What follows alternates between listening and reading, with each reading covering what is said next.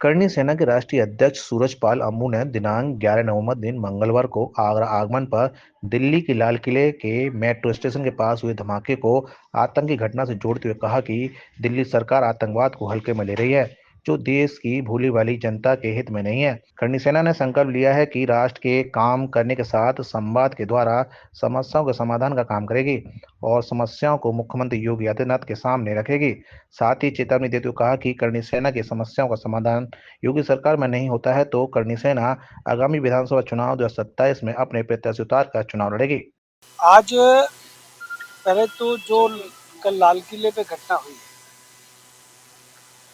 आजकल लोग लिख देते हैं श्रद्धांजलि। मुझे बड़ा कष्ट होता है। ये श्रद्धांजलि शब्द है। श्रद्धांजलि तो हम देश की आज़ादी से पहले और आज़ादी के वास्ते देते हैं, परंतु मेरे देश के अंदर 2900 किलो RDX पकड़ा जाता है सुबह, और रात को देश की राजधानी दिल्ली के अंदर इतनी बड़ी घटना हो जाती है कि उसके अंदर 10 लोग हताहत हो जाते हैं और कई गाड़ियां जल जाती हैं। 30 के करीब लगभग लोग घायल हो जाते हैं। तो मुझे ऐसा लगता है कि शक्ति की आवश्यकता है, और अगर शक्ति हम लोग नहीं पेश आएंगे तो मुझे लगता है कि ये घटनाएं घटती रहेंगी। और घटनाएं घटने का मतलब है हमारे देश का कोई भी निर्दोष नागरिक जो इन आतंकवादी घटनाओं के अंदर पिसता है, हताहत होता है, घायल होता है, इसका मतलब है कि कहीं ना कहीं अभी भी हम आतंकवाद को हल्के में ले रहे हैं। करणी सेना इसका पुरजोर खंडन करती है, और हम तो कहते हैं अब कोर्ट कचहरी नहीं, अब फॉरेंसिक वाले बुलाकर लैब टेस्टिंग और मुकदमेबाजी नहीं। अब तो हम देश के गृह मंत्री और प्रधानमंत्री से अनुरोध करेंगे कि जब उत्तर प्रदेश के अंदर आतंकियों का, गुंडों का इलाज हो सकता है तो देश की राजधानी दिल्ली के अंदर क्यों नहीं हो सकता। बहुत दुख हुआ है। एक तरफ जहां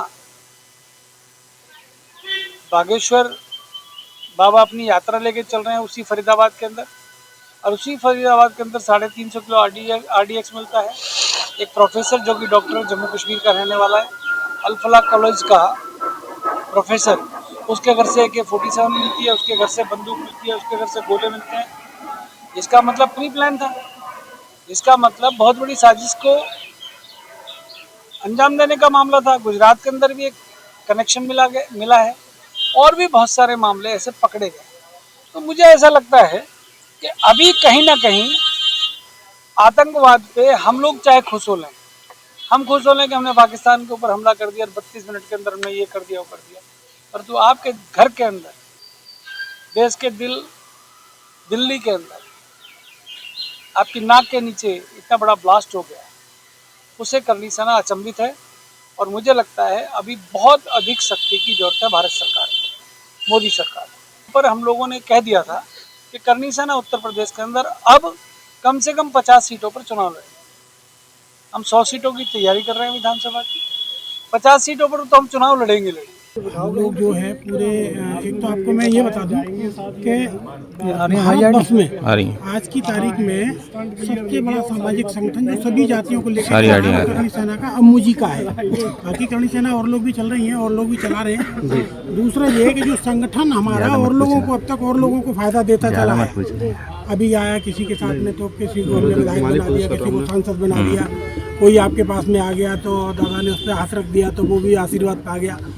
अब हम अपने लिए कार्यक्रम करेंगे, चाहे हमें हो सकता है कि हमें पहले जो है कम सफलता मिले। तो आपको मैं बता दूं कि जब मैं पहले समाजवादी पार्टी में अध्यक्ष रहा करता था तो उस समय मेरे ही रिश्तेदार मुझसे बोला करते थे कि भाई ये तो गुंडों की पार्टी है।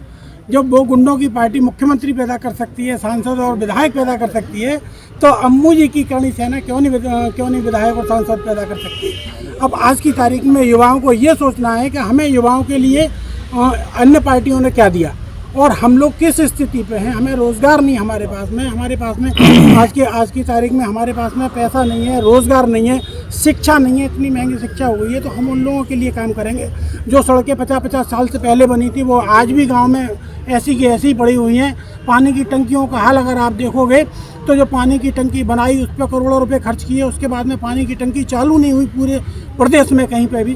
तो इनकी आवाज़ करणी सेना, और करणी सेना के आपको बता दूं कि इस समय फ्रंटल संगठन, महिला शक्ति बहुत अच्छी काम कर रही है, युवा शक्ति बहुत अच्छी काम कर रही है, किसान शक्ति बहुत अच्छी काम कर रही है। जब ये लोग हमारे पास में हैं तो हम दूसरों के लिए नहीं, अपने लिए काम करेंगे, करणी सेना के लिए काम करेंगे, युवा शक्ति और किसान शक्ति और छात्र शक्ति और महिला शक्ति को लेके अम्मू जी की आवाज़ को बुलंद करें।